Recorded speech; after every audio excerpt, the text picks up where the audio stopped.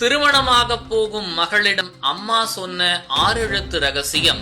அட அப்படியே இருக்கே, இவர்தான் நல்ல தாய். திருமணமாக போகும் பெண்ணிடம் அவரது தாய் கூறிய ரகசியம்தான் தற்போது சமூக வலைதளங்களில் படு வைரலாக பரவி வருகின்றது.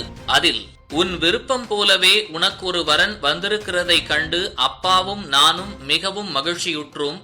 வெகு விரைவில் உன் திருமணத்தை காண ஆவலாக உள்ளோம். நீ பக்குவப்பட்டிருப்பாய் என தெரிந்தும் சில குறிப்புகளை சொல்கிறேன், மனதில் வைத்துக்கொள். வருடம் முழுவதும் மீனை எதிர்பார்க்காதே.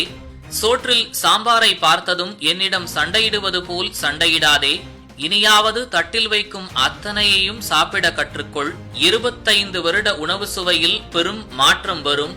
அது சரி, நீ காஃபியே அடுத்தவர் வீட்டில் குடிக்க மாட்டாய், சுவை மாறும் என்று. என் அன்பு மகளே, எல்லா சுவையும் சுவையே என்று ஏற்றுக்கொள். இதுவரை நீ ஓடி ஆடிய வீதி போன்று இருக்குமா? இதுவரை நீ பழகிய மனிதர்கள் போன்று இருப்பார்களா?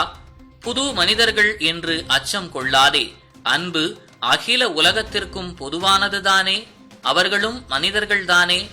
அன்புடன் எவரையும் எதிர்கொள். அன்பினால் உலகையே ஆளலாம். ஒரு குடும்பத்தை ஆண்டுவிட முடியாதா உன்னால்? அடிக்கடி எனக்கு போன் செய்து உன் புகுந்தகத்தில் நடப்பதை என்னுடன் பகிர்ந்து கொள்ளாதே. அது உன் கணவனுக்கு சலிப்பை தரும். புகுந்தகத்தில் நடப்பதை பிறந்தகத்திற்குள் கொண்டு வராதே. உனக்காக ஒட்டுமொத்த குடும்பமும் அனுசரிக்க வேண்டும் என்பதை விட அவர்களுக்காக நீ ஒருத்தி அனுசரித்து செல்லலாம். அதில் தவறில்லை. எவரையும் இவர் இப்படித்தான் என்று நீயாகவே நியாயம் தீர்த்து விடாதே. எல்லோரும் சந்தர்ப்பவாதிகளே.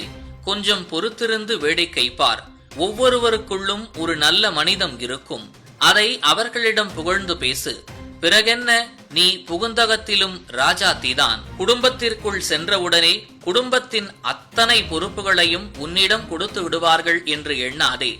உன் மாமனார் மாமியார் கணக்கில் ஒரு குழந்தை பெற்று பள்ளி அனுப்பும் வரையில் நீ ஒன்றும் அறியாத பெண்தான். காலம் மாறும். குடும்பத் தலைவியாக நீயும், குழந்தைகளாக உன் மாமனார் மாமியாரும் மாறுவார்கள். அதுவரை பொறுத்திரு. உன் விருப்பங்கள் அனைத்தையும் நாங்கள் ஏற்றுக்கொண்டது போலவே அவர்களும் ஏற்றுக்கொள்ள வேண்டும் என்று ஏங்காதே. ஏற்றுக்கொள்ளவில்லை என்றால் ஆதங்கம் கொள்ளாதே. காலை காஃபிக்கு பதில் அங்கு டீதான் என்றால் ஏற்றுக்கொள். உன்னால் முடியும். அத்தனை வலிமையையும் உனக்குள் இருக்கின்றது. தங்கை மீது உன் கணவனுக்கு பாசம் அதிகம் என்றால் ஆதங்கம் கொள்ளாதே. அன்புக்கு அணை கட்டாதே. அது அப்படியே இருக்கட்டும். நாளை உன் மகனும் உன் மகள் மீது அதே அன்பை செலுத்துவான். அன்னையாக நீ மகிழ்வாய் அதை காணும் போது. எதை செய்தாலும் உன் கணவனிடம் தெரியப்படுத்திவிடு. ஒளிவு மறைவின்றி வாழ்வதுதான் திருமண பந்தத்தின் அஸ்திவாரமே. ஆடம்பரத்தை குறைத்து சேமிப்பை பெருக்கு. வீணாக இனி எதையும் தூக்கி போடாதே. வீணானதென்று இங்கு ஒன்றுமில்லை. பொருட்களை பத்திரப்படுத்த கற்றுக்கொள். இதுதான் எனக்கு பிடித்த கலர், இது எனக்கு தான் வேண்டும் என்று உன் பிறந்தவர்களிடம் மல்லு கட்டுவது போல் அங்கும் மல்லு கட்ட நினைக்காதே. இனி நீயும் விட்டு கொடுக்க பழகிக்கொள். உன் நண்பர்களை நாங்கள் ஏற்றுக்கொண்டது போல உன் புகுந்தகத்திலும் ஏற்றுக்கொள்வார்கள் என கனவு காணாதே. உன் நண்பர்கள் நீ சம்பாதித்த சொத்து, அதை பாதுகாக்க வேண்டியது உன் பொறுப்பு. அறக்க பறக்க ஓடும் ஓட்டத்தில் பட்டனை தைத்து கொடு என்று பாட்டியையும் வேலை வாங்குவாயே, அதை நிறுத்திவிடு. உன் வேலைகளை பிறர் உதவியின்றி செய்ய கற்றுக்கொள். பின்னாடியே வந்து ஊட்டிவிட்டு உன்னை கல்லூரிக்கு அனுப்ப இனியும் நீ குழந்தை அல்ல. உன்னை இனி நீதான் கவனித்துக் கொள்ள வேண்டும். ரசத்தையும் சட்னியையும் கொதிக்க விட்டு விடாதே. பருப்பை நன்கு வேக விடு. உன் அவசர பேச்சுலர் ரூம் சமையலை புகுந்தகத்தில் காட்டிவிடாதே. அன்பு மகளே, யூடியூப் பார்த்தேனும் நிதானமாக சமைக்க கற்றுக்கொள். உன் அப்பாவை நீ இங்கேயே விட்டுவிட்டுதான் செல்ல போகிறாய். எனவே இனி பொறுப்புணர்ந்து செயல்படு.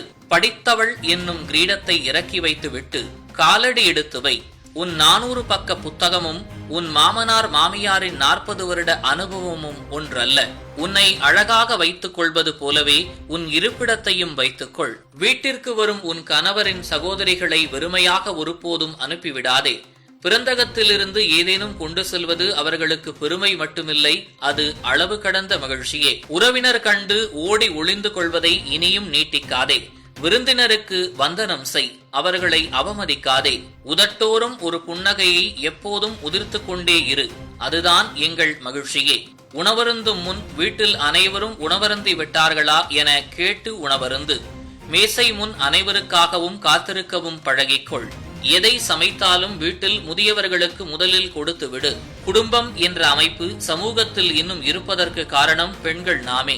அதில் இனி நீயும் முக்கிய பங்கு என்பதை மறந்து விடாதே. இதை அடுத்த தலைமுறைக்கும் எடுத்து செல். உன் கனவை யாருக்காகவும் கனவாகவே ஆக்கிவிடாதே. பறந்து கொண்டே இரு, இன்னும் உயர உயர. மேற்சொன்ன அத்தனையும் கேட்பது எளிதுதான். அத்தனையையும் எதிர்கொள்ளும் மன வலிமையை இறைவன் பெண்ணுக்குள் அதிகம் வைத்திருக்கிறான் என்பதற்கு இவ்வுலகம் சான்று கொடுக்கும். உனக்கு மன வலிமை அதிகம், பயப்படாதே என குறிப்பிட்டுள்ளார். ஒரு தாய் இப்படி மகளிடம் கூறியது சரியா தவறா? உங்கள் கருத்தை பதிவு செய்யுங்கள். இதுபோன்ற முக்கிய நிகழ்வுகள், அரசியல் தகவல்களை ஆழமாக மாறுபட்ட கோணத்திலும் அறிந்து கொள்ள மறக்காமல் பாரத் மெயில் 24 பக்கத்தை பின்பற்றிக் கொள்ளுங்கள். உங்கள் ஒவ்வொரு ஆதரவும் இதுபோன்ற பல நிகழ்வுகளின் பின்னணியை அறிய உதவும்.